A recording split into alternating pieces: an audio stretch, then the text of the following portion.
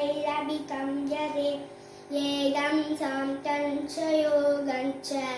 यः पश्यति स पश्यति संन्यासस्तु महाभावो दुःखमात्रमयोदलः योगयुक्तो मुनिर्ब्रह्म न चिरेणाधिगच्छति योगयुक्तो विशुद्धात्मा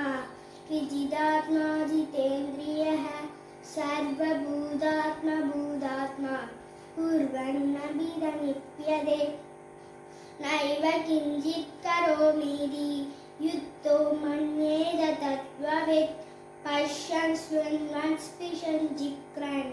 आश्नन् काक्षन् स्वपन् श्वसन् प्रलबन्धुसृजन् गृह्णन् उन्मिषन् निभिषन्नभि इन्द्रियाणीन्द्रियार्थेषु वर्तन्ते इति धारयन् ब्रह्मण्यादाय कर्माणि सङ्गमत्वात्मरोति यः निप्यते रसपादेन वत्मभद्रभिवाम्बसा कायेन मनसा बुद्ध्या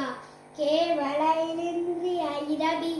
योगिनः कर्म कुर्वन्ति सङ्गमत्वात्